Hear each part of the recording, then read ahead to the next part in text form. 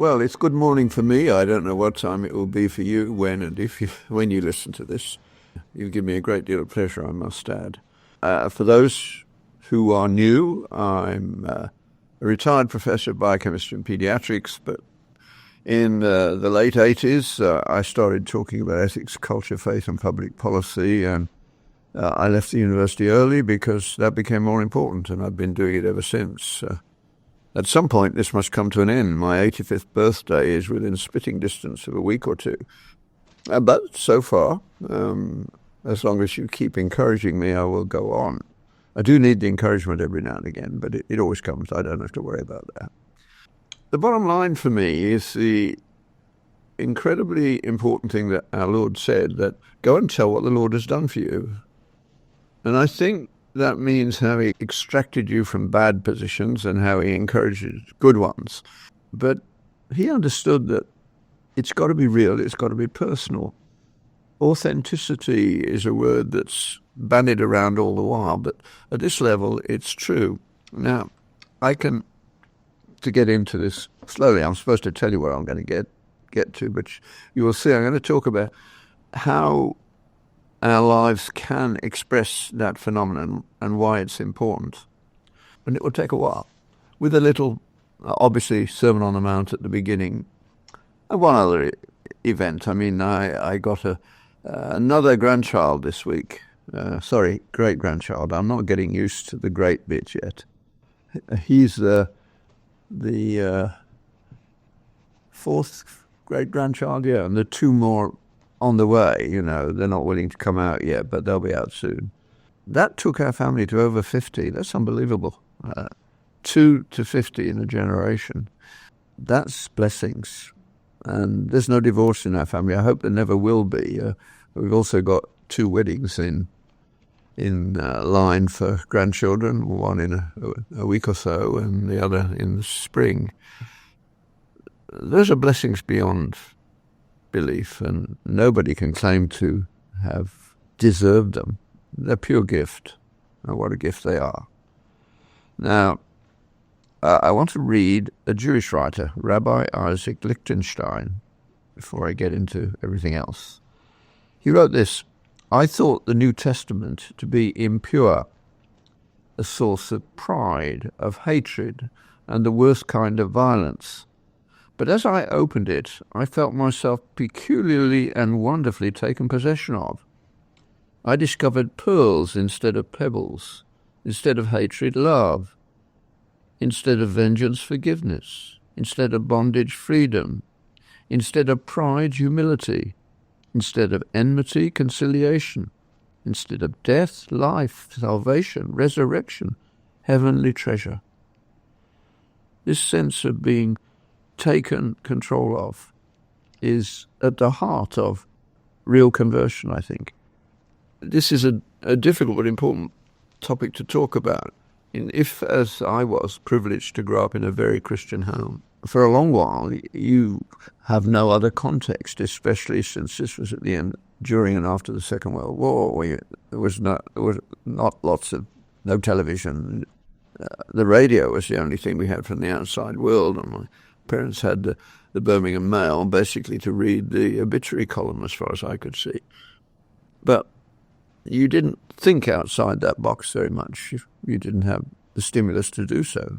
I had one other stimulus. That I had a bike that my dad put together from scraps, and I would ride all around the countryside that was just beyond the edge of Birmingham, Worcestershire, which was the county that was in Tolkien's mind when he constructed Sam. Sam is a Worcestershire gardener, one of the more rural and beautiful counties alongside Warwickshire, which is very beautiful at the same point. So I rode miles and miles on my bike.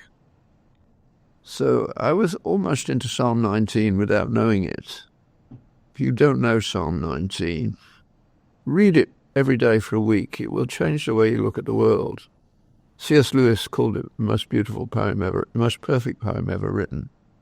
It starts by looking at the world with honest and open eyes that are open to amazement, and then it switches and looks inwards and realizes what we need more than anything else, and what's been given to us, is a law within, which he calls sweeter than honey and the honeycomb. Beautiful, beautiful poem. One that you should get your children to learn at the age when they can learn it and have it for life. That means before the age of 7. They can learn it before they have any real idea of what it's all about. That will come much later. So that's my jumping off point. How you talk about things that happen to you in a way that is real. That means you're not only going to talk about what you have achieved, because it wasn't really you, it's all grace at the end of the day. But when you talk about what the Lord has done for you, in most cases it extracts you from another piece of foolishness, which is our normal way of living. So how do we think about how that should be? Now, one of the things that happened this week is I stumbled on an N.T. Wright video, which I think there'll be a link at the top, of him speaking in New York to a secular group, or not specifically religious group, and it's called After You Believe. And he talks about the importance of ethics, which he says is very interesting, and I immediately related to this. He said, philosophers talk about ethics, and theologians don't, to a large degree. The two, which should come together, often don't. So that's what happened for me. I grew up with the biblical narrative written on my soul. I have no choice about that, because I must have heard the Bible read through at least once pretty well completely before I was 5 or 6. And it stuck.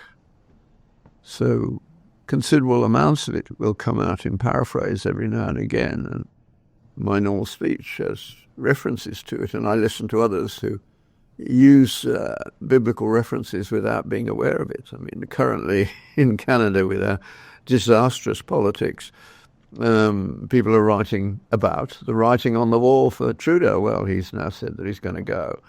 But I haven't heard anyone talk about what the writing on the wall means. If you don't get the biblical story, you only get half of what the content is. It comes from Daniel, and it's Belshazzar's feast. Belshazzar is profaning the sacred vessels of the Jews for an orgy, and in the middle, a hand starts to write on the wall, the writing on the wall. And many, many tekel upharsin. I probably haven't pronounced that. I don't even know which language it is. But neither did Belshazzar and the people there. They didn't know what it meant. But obviously, even when you're drunk, handwriting on the wall would be a bit upsetting. So they sent for Daniel, who wasn't there for many obvious reasons. And when he arrived, he said this. He said, King Belshazzar, the words mean that you and your kingdom have been weighed in the balances and found wanting. And you will be dead, and your kingdom will be gone in the morning. You know the date. It happened. The writing on the wall was very, very serious indeed. We trivialize most things, but it's worth remembering that story.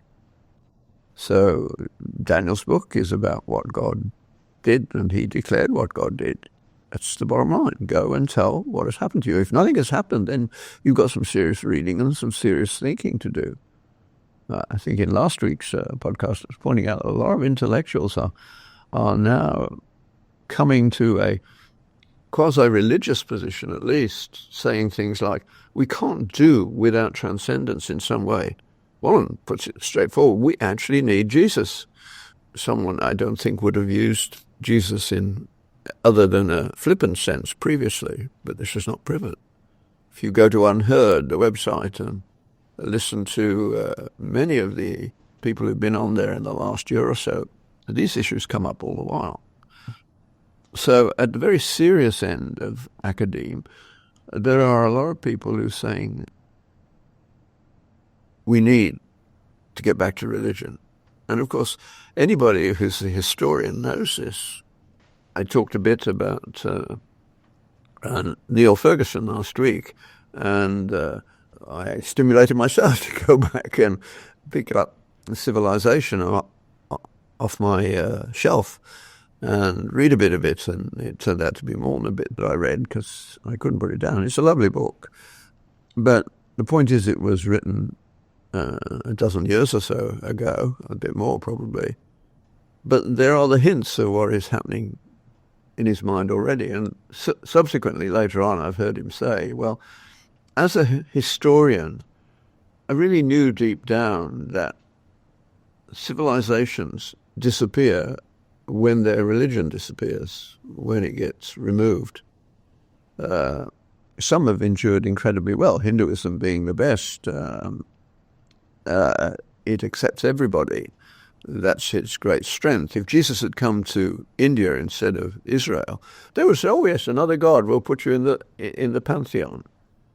They would have Indianized him, and it would have gone on as before. That can go on for a long while. Marxism and its offshoots, materialism as a belief there is only matter and only materialism matters, that appears not to last much over 70 years. We as a Judeo-Christian culture, in Britain at least, have been around since roughly the 6th century, so 14 centuries or more. I mean, Christianity's been around longer, obviously, but that's when it took over England. And it's written into our souls in all sorts of ways, both in our literature. I mean, Shakespeare is peppered with biblical references and draws many ideas from a biblical base. That's what happens. Without acknowledging it, it's there. It defines who we are. Douglas Murray says, how could we possibly give up on Shakespeare and the King James Version of the Bible? The King James Version was put together, at least in part, for quasi-political reasons by the King's secretaries, as they were called, and to respond to the Calvin Bible from the Reform end of the spectrum in Switzerland. And it became part of the soul of England in a very real way. Because the new versions of the Bible didn't make any impact on society until after the Second World War, really. And I guess J.B. Phillips's beautiful successful attempt to write in a way that could be understood by people who'd just gone through the Second World War and using their language, but very grammatically and beautifully written. And then we've had lots. I personally used to look for old copies of the RSV before people started to translate, allowing their own understanding of the world to take rather more grip than it should. The job is to say what the Lord has done. If it doesn't make you happy, that's beside the point. So if you want that, the revised version, they are more humble. They appear to want to see that you understand what is there, and they're even honest when the bits are difficult to translate.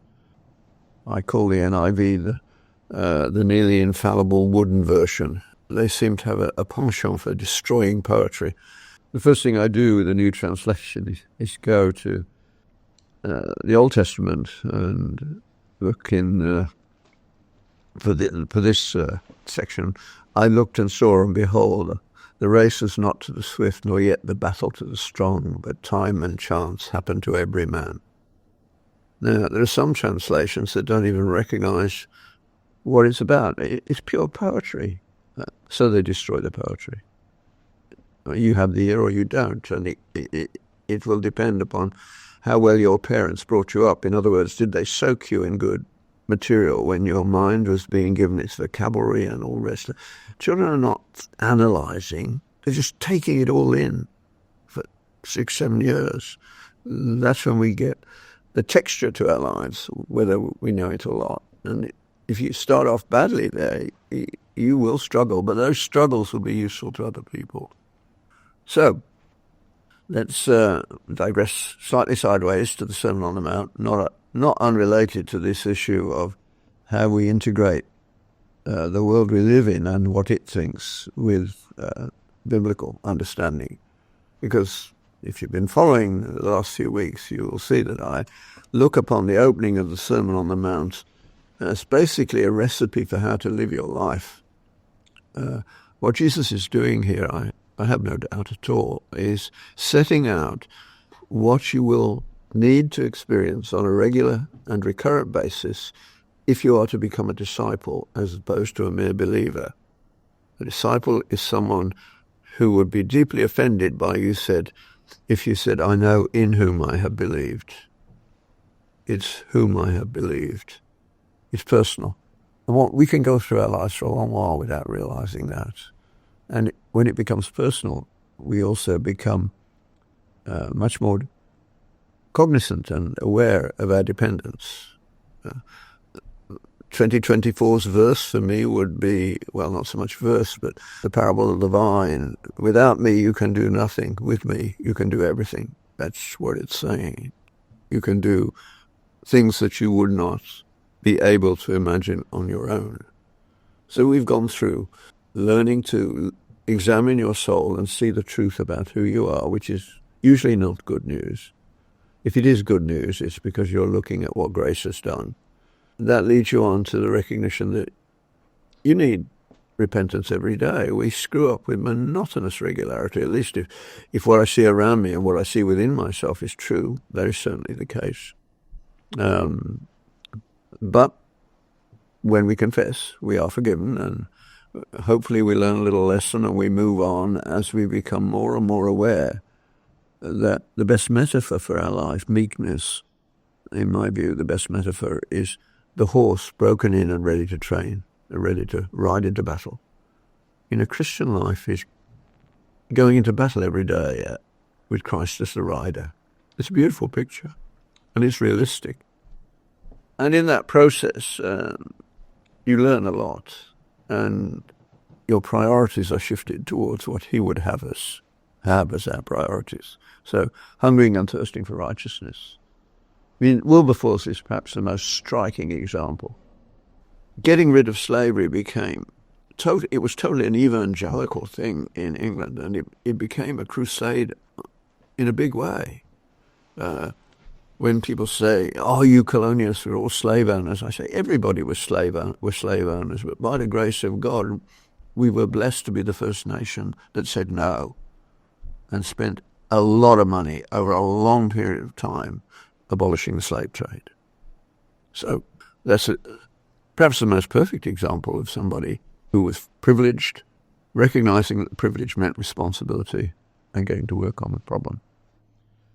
Moves on to, because you receive mercy, you start to give it. In fact, Jesus adds at the end of the Lord's Prayer, which we'll come to at some point in the future, but if you ask most people what immediately follows the Lord's Prayer in the Bible, they can't tell you. But it's this: if you do not forgive, you will not be forgiven.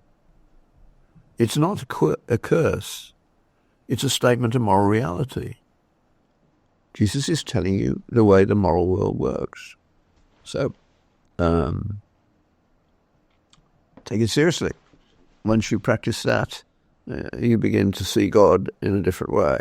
And your heart can be purified by the grace of God. And God becomes more real, not less. And things happen to you, and you just are stunned.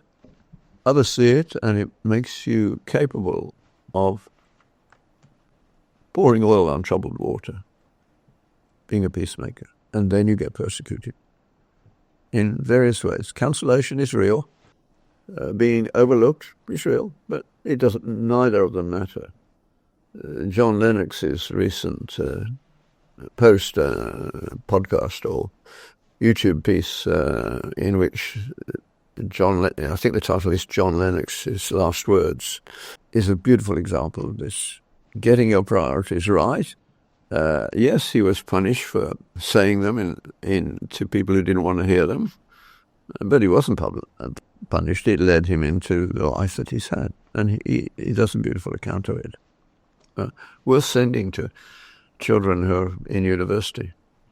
So, persecution in various ways will come. And of course, in the early centuries, martyrdom was the norm. Thousands were killed. Took their children into the arena with them rather than leave them behind to be brought up as slaves. That changed the world. It was overpowering. People looked and saw and pondered. And we know what happened. Salt and light. I spoke last week about the metaphor of salt, rock salt, how we don't begin to enter into the real, what Jesus is really saying. That when the world goes bad, it is the fault of Christians, and to a lesser extent Jews. But they have been good for the world without any question, but not as good as they could have been, like all the rest of us. Salt to preserve what is good and destroy what is evil. And the light of the world.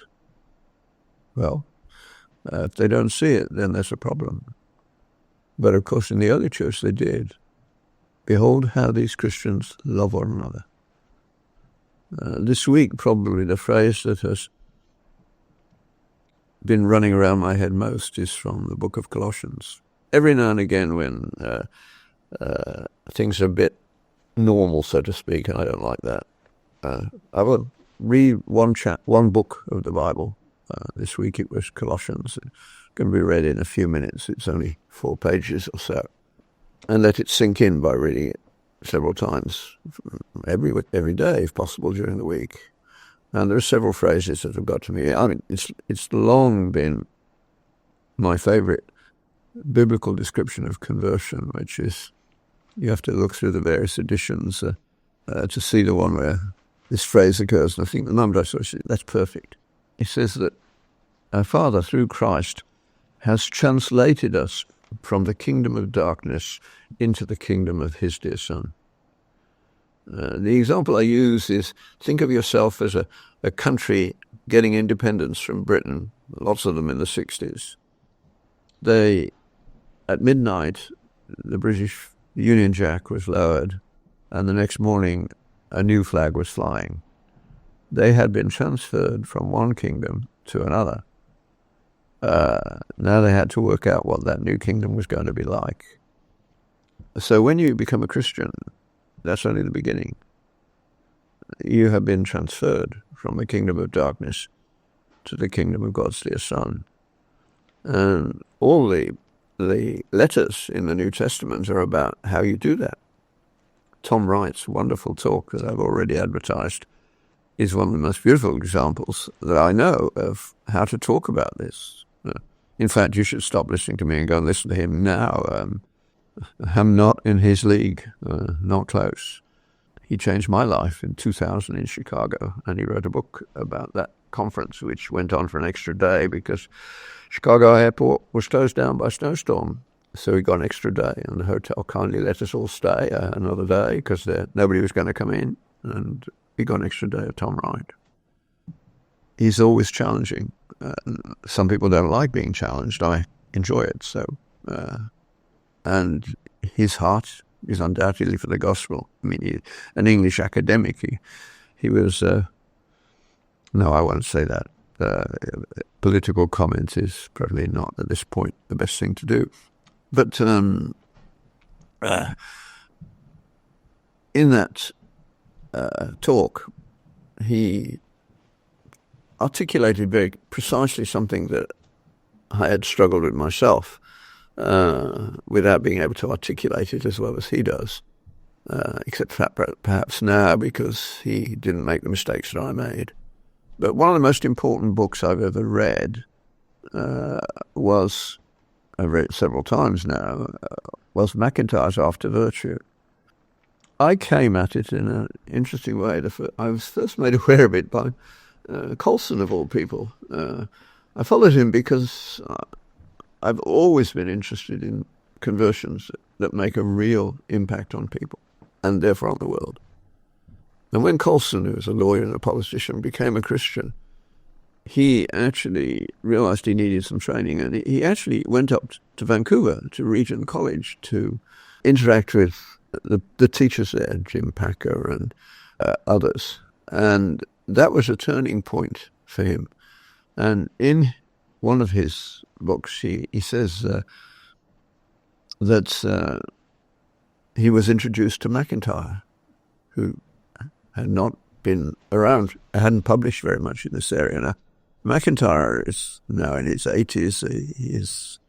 He was last seen as a professor, I don't know if he's still functioning, a Catholic school in Chicago, Notre Dame. It took a little while for that to come. And I was interested, so I got the book. And it opened with a parable that I could relate to immediately. It was the beginning of an entirely new episode in my life. He says, I want you to imagine a know-nothing government taking charge. We all know about that. We've got one in Canada. You've had one in the US on more than one occasion. I won't name names. Fortunately, you have a better constitution than we have, which preserves you because your wonderful founding fathers wrote a constitution that's almost by definition unworkable, because the three arms of government have to agree at some level. They're forced to by the Constitution. So obviously they want to get rid of it whenever they can. But hopefully you will never do that. You've been much blessed with your history, and not altogether, what's the word I want, appreciative of it.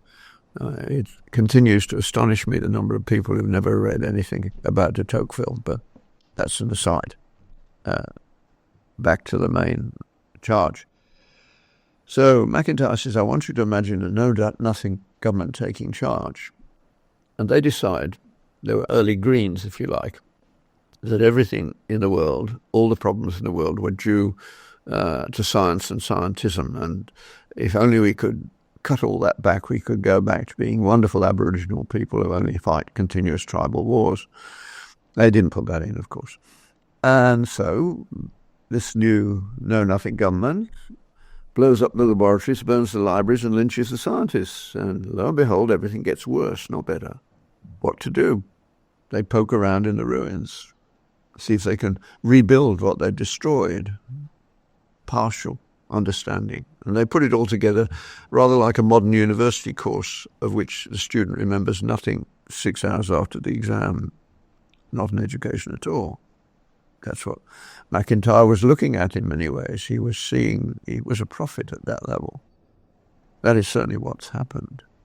And the reason for that, of course, is that having destroyed all the people who understood it, what they call science had no base in real science, no overarching sense of what science is.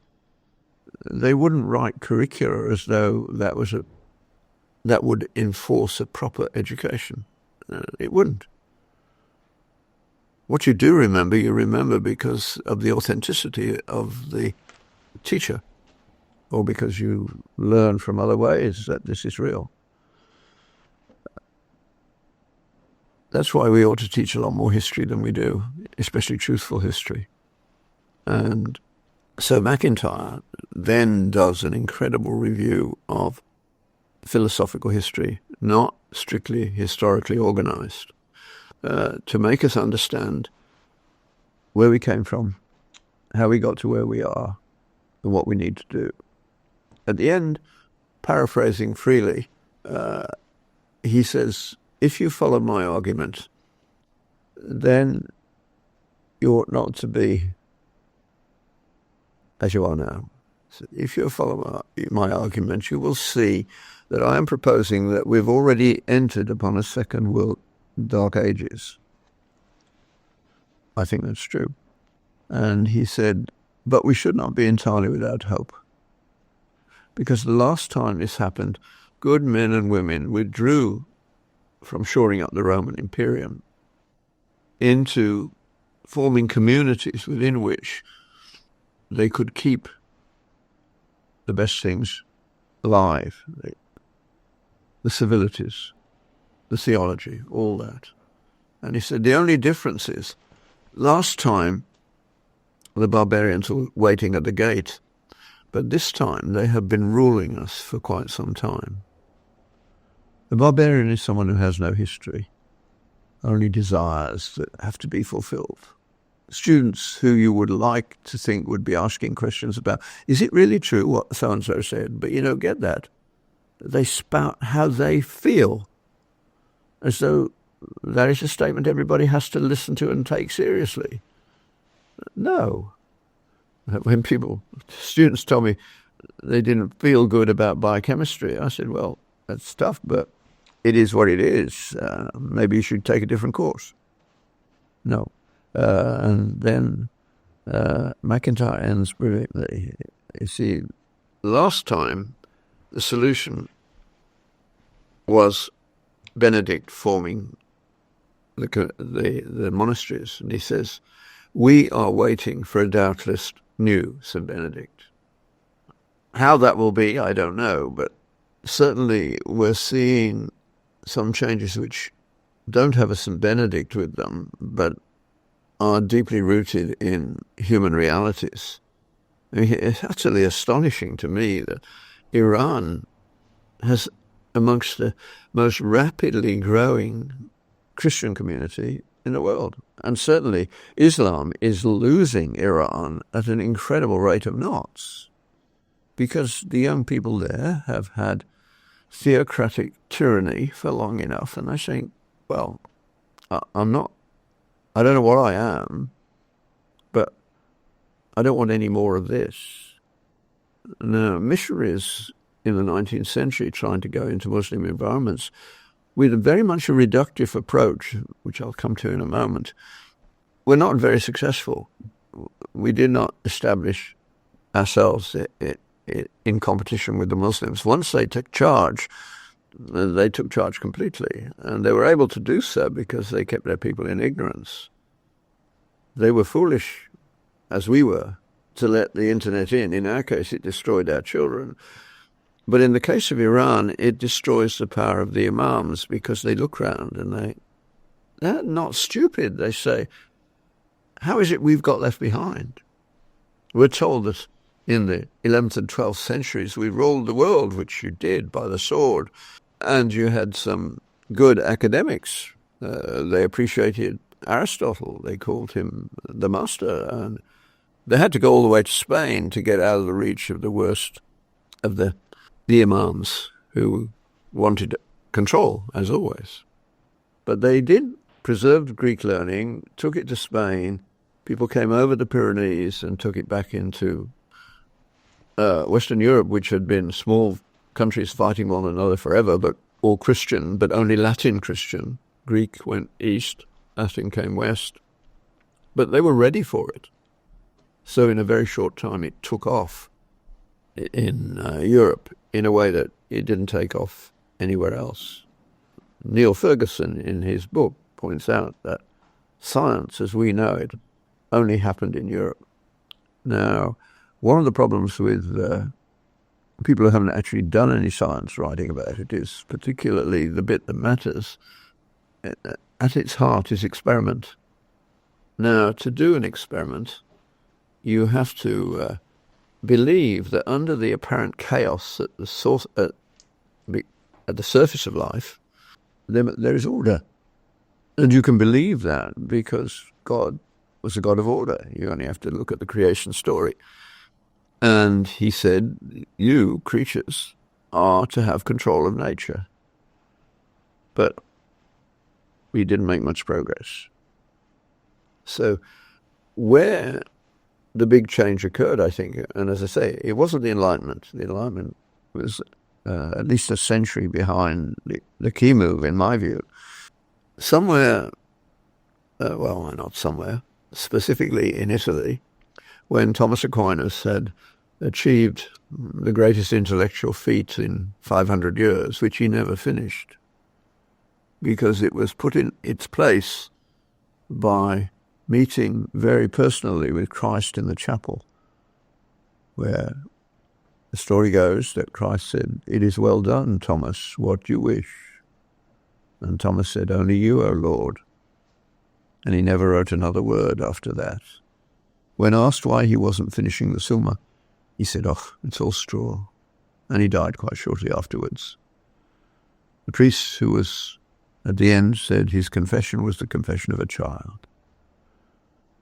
But his mind had achieved an incredible amount from which we all benefited, because the universities started around the same time and they were teaching Aristotelian and deductive logic. It gave structure to learning in a way that they hadn't had for a long while. But in Paris, where the universities were under control of the local bishop, the bishop said, I'm not sure about this deductive logic. It might undermine the faith of the humble poor. It probably did. In the Islamic world, the imams managed to keep their people in ignorance.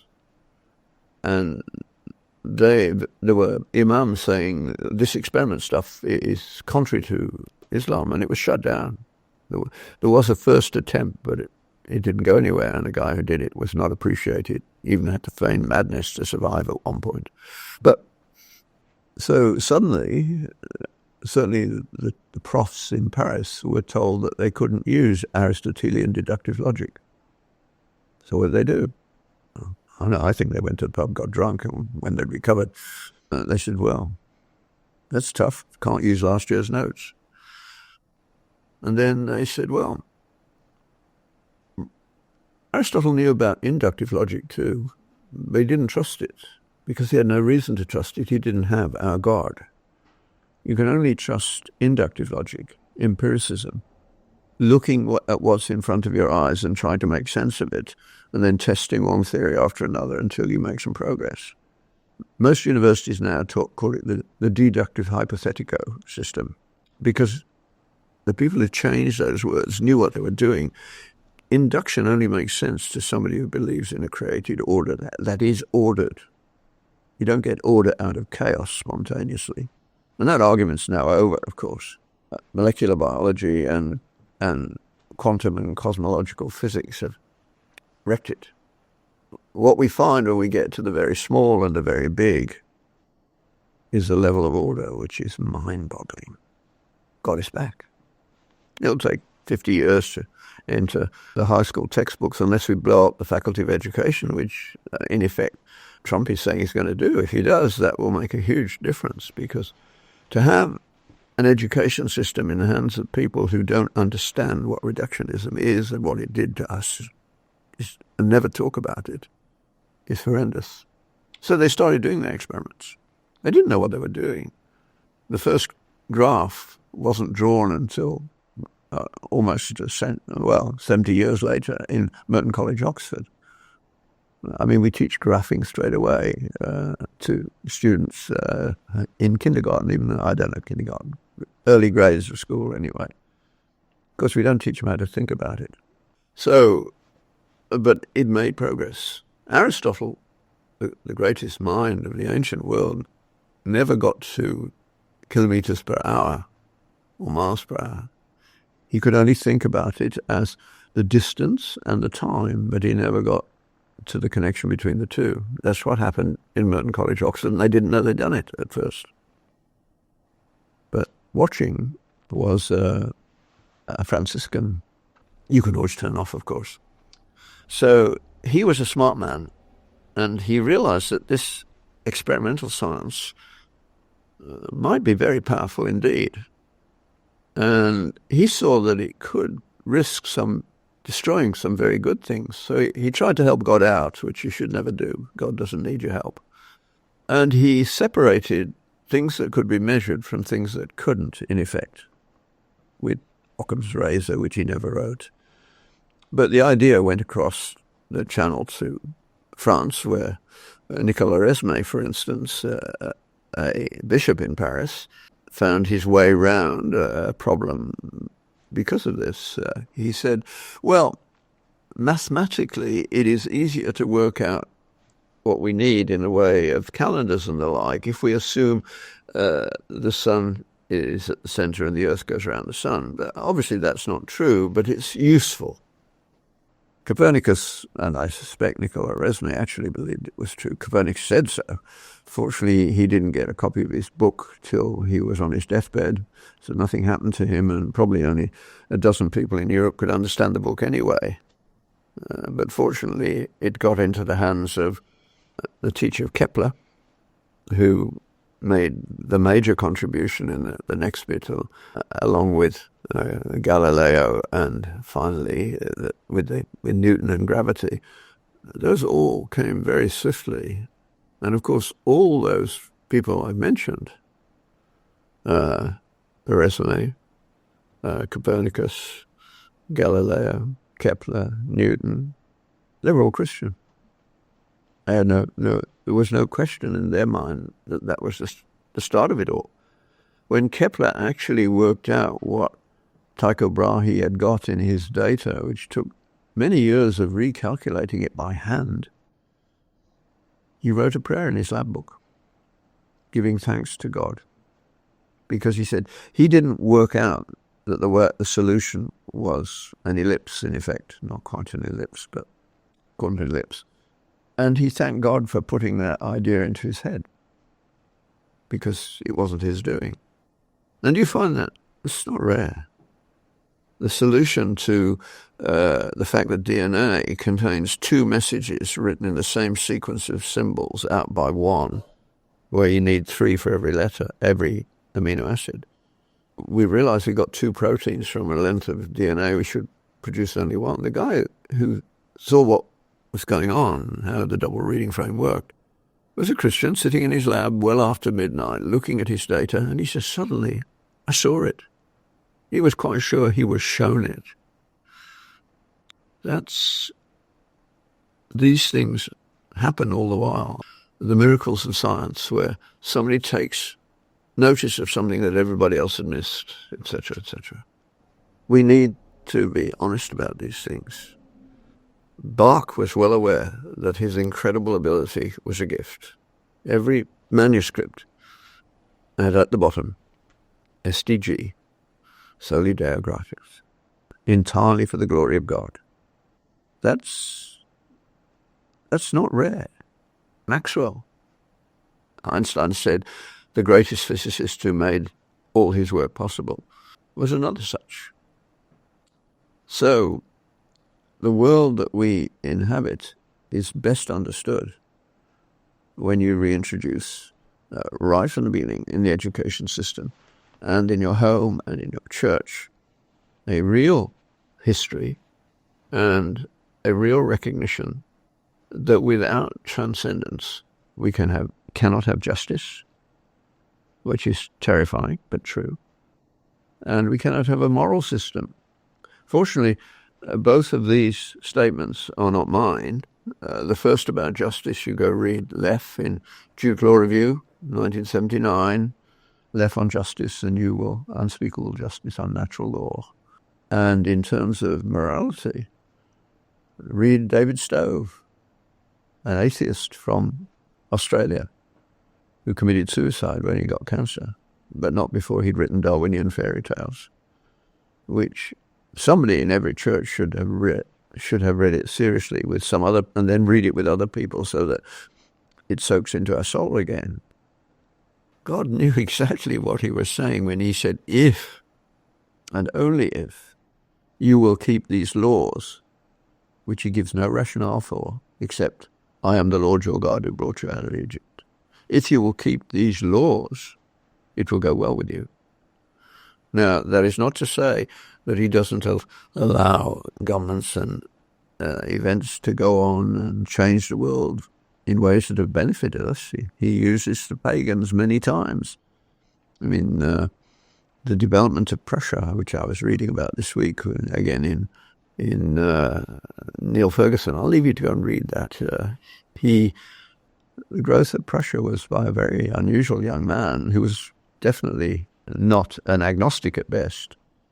Once asked his pastor, his chaplain, which those days required, why should I believe? And the chaplain gave a wise answer. He said, my Lord the Jews, my Lord the Jews. That's enough for you to be thinking about for this week. Not quite all that I intended, but that's always the case. And lots of rabbit trails, for which I apologize, although when they come into my head, I always let them come out, because I've so many times had people come and say afterwards, when you said, it wasn't me, it just popped up in my head, so I let it come out. And there was someone it was for.